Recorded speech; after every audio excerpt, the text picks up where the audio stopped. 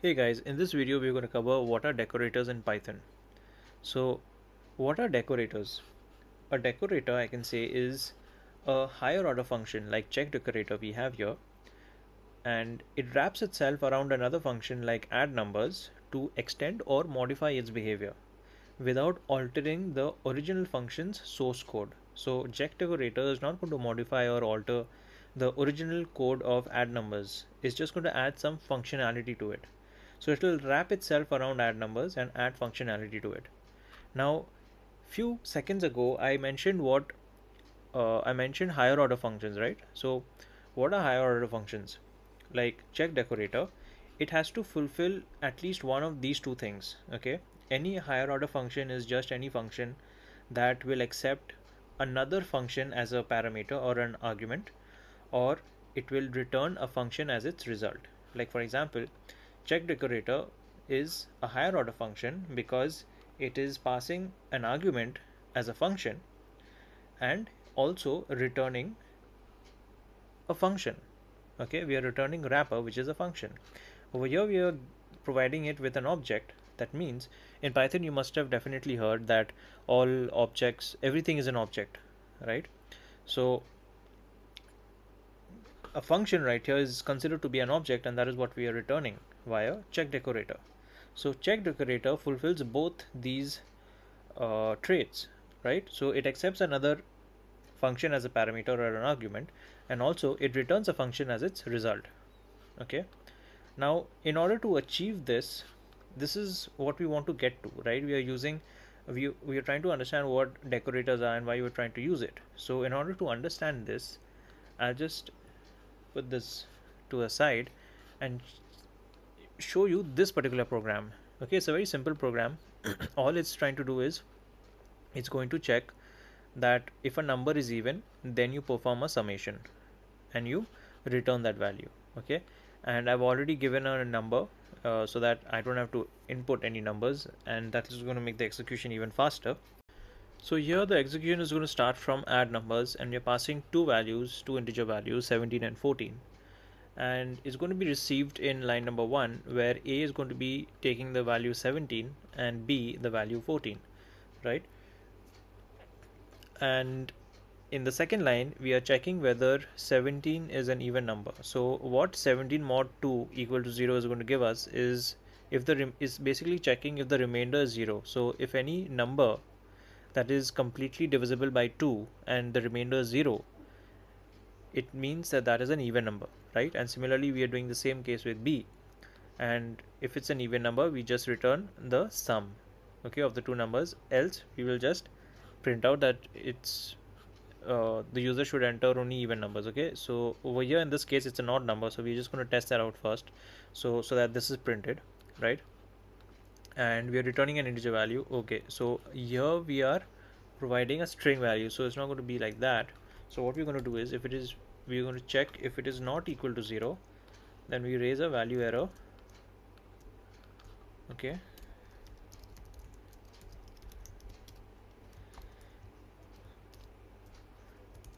else we don't have to provide else, it's just going to come out of that. uh, if this is true, then it's going to come inside, and if it is not true, it's just going to come outside and return the sum, right? Like so.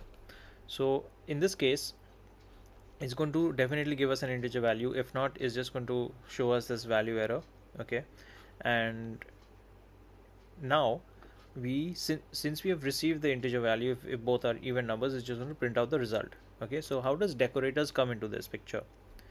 Now we are basically just adding the sum of two numbers. Okay, but we are not just adding the sum of two numbers, we are also checking whether they are even numbers or not. So say supposing in this same program in add numbers, I just remove this line. Okay, and this function add numbers is going to give me the sum of even numbers anyway. But what if I tell you that you cannot add the functionality to check whether the numbers are even or not inside add numbers? That means you have to create another function, right? So imagine if this code to check A and B is even or not wasn't with you, but you know it's in some file in the project, and you know the name of that function, and you know that if you use that function you won't need to change the code of the existing function, right? So I want you to check basically if A and B are even or not without touching the add numbers function. So how would you do it? That introduces us to decorators. Okay, so in this file I'm just going to close this and split this one, I think. Okay, close this one. Right, so I'm just going to hide this one for now.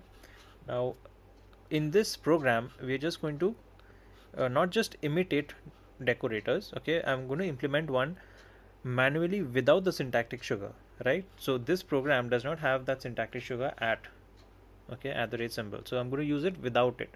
So I'm just going to show how it basically works, okay, internally. So in this program we have two functions, add numbers and check decorator, and a couple of instructions that how it should be executed. Okay, now in line 13 we have check decorator function, and it is being passed with another function inside as an argument, which is add numbers. Okay, so what happens inside check decorator? So when check decorator is called, we have received the add numbers function as the function func, okay, which is a type object. So in Python you must have learned everything is an object, so a function here is considered as an object. Okay, so inside this check decorator we have a wrapper function within it.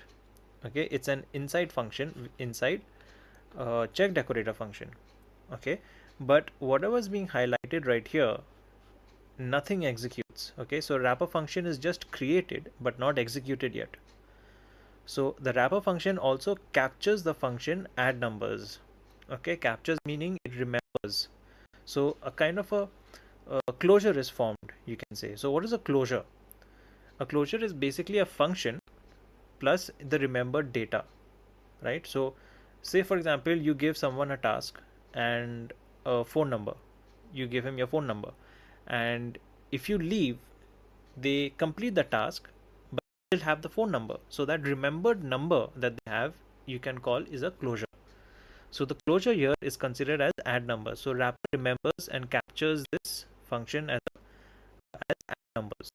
Okay, and then without executing it, the execution does not happen yet, it just returns the wrapper. Okay, so function accept at this point is wrapper. Okay, since this has returned, the check decorator function has returned a wrapper, the inner function, function accept is going to be equal to the wrapper function. Okay, now we come to line 14. Now function accept is passing two parameters 16 and 14. So function accept is basically going to look like this. Okay, wrapper within braces 16 and 14. So it's going to come to line 5 since this is being called, right? So when wrapper is called, we A and B are receiving 16 and 14, right? So 16 and 14 are going to be checked whether they are even numbers or not, and then this is going to be printed. And now we come to line 8. Now in line 8 we have the same uh, issue. So this is going to return an int nonetheless, and it's going to print and then return function ab else this. So we're just going to raise a value instead, else. Okay,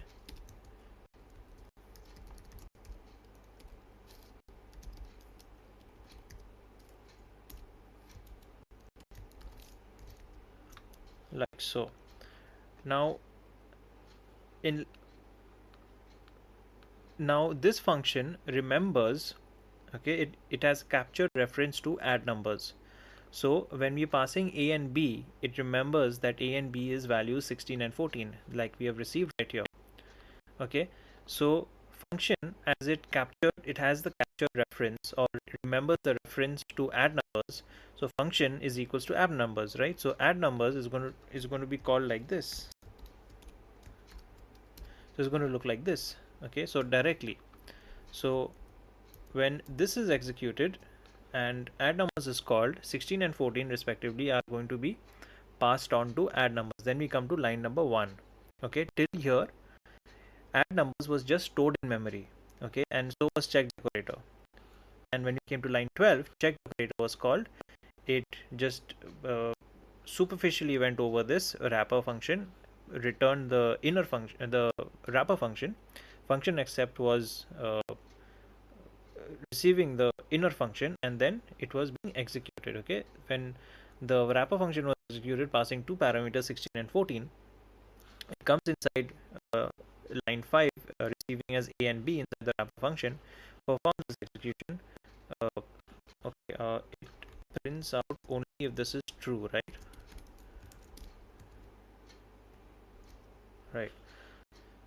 So when function a and b, which is 16 and 14, is called, it is received in line number 1, a and b as 16 and 14, and then it computes the sum and returns the integer value back to the function. Okay, so when this is returned, this wrapper function receives it, okay, and passes it back to function accept, okay, which was initially wrapper, right, if you remember.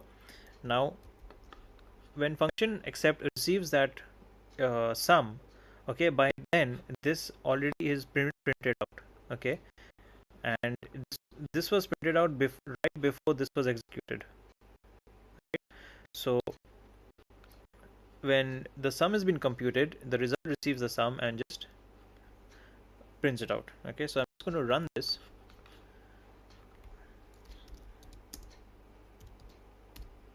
Right, value of 16 and value of 14. So this is first executed, and then the result is in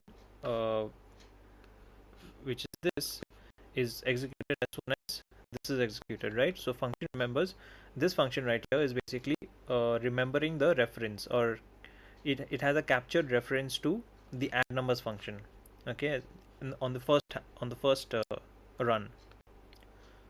So it's a very neat way of showing how decorators work internally, but it creates a lot of confusion, I know, but uh, to avoid all that confusion, this is the best way we can manually achieve what the decorator does internally. And to be able to explain what closures is better, it's when an inner function, which is wrapper, remembers a variable from the outer function. Okay, like the outer function, when check decorator was executed and passed add numbers as a parameter, and function receives it. So wrapper function basically remembers that function, okay, as the function was equal to add numbers. Okay, so a closure is when an inner function remembers a variable from the outer function even after the outer function is complete, okay, or completes execution. So the outer function, in this case check decorator, has completed execution, right?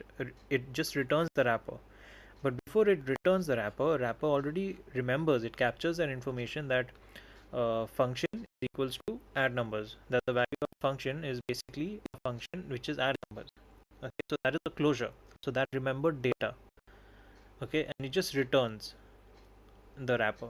Okay, so what is the difference between having this program right here and this program right here? Okay, where we've used this check decorator with the at the rate symbol. Okay, so this at the rate symbol is an assignment at definition time. It's not like we call add numbers and then check decorator is assigned, or it's adds functionality to add numbers only when add numbers is called. No, it's not. It doesn't work like that. So the only difference that I can find is having called check decorator. Okay, here we are calling it explicitly using the function accept, using a separate variable, but there is no separate variable needed in the second case, right? So the only difference is in this one line, and with this syntactic sugar, we have Python automatically rewriting the function as, add numbers equals check decorator in braces add numbers. So when you call add numbers, you are basically calling the wrapped version of add numbers with an added functionality check decorator. So what check decorator basically does is adds functionality to the summation of adding two numbers. Okay, like if you hadn't put this, then it's basically just adding a and b, but if you put this, you're basically adding more functionality to add numbers to check whether a and b are even or not.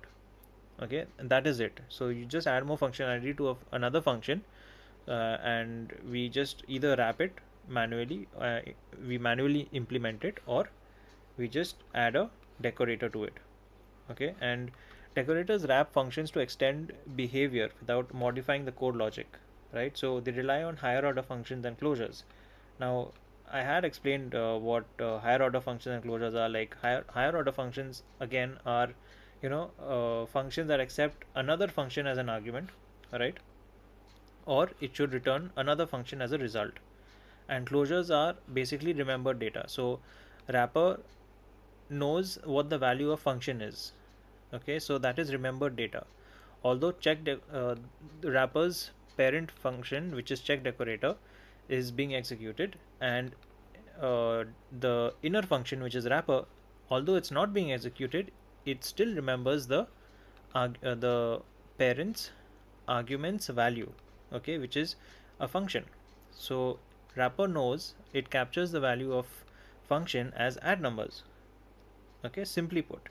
So it's a function having remembered data. So now that we know what closures are and what higher order functions are, and how decorators are used, so I hope it's going to be more easier for us to implement a function with added functionality, right?